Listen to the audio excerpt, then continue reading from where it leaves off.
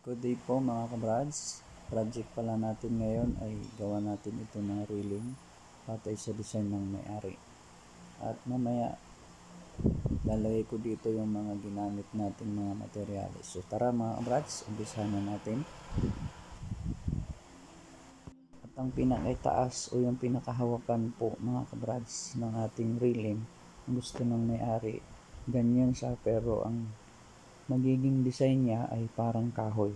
So sa pintura na natin yun yayariin mga kabrats. Makikita nyo ito pag natapos natin mga kabrats.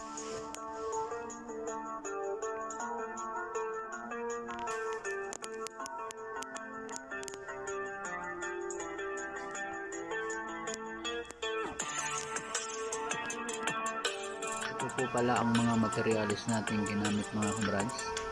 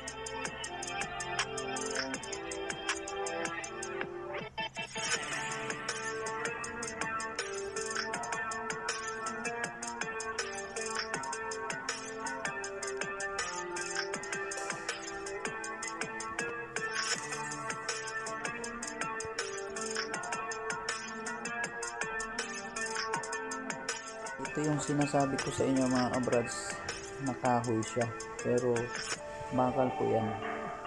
So, pintura lang yan mga kabrads na ginawa natin parang kahoy. Tawagin siya ng iba mga kabrads ay haspi o hinaspihan lang natin siya ng pintura gamit ang oil wood stain. So yun lang mga kabrads, yun na yung kayarihan ng ating hagdan.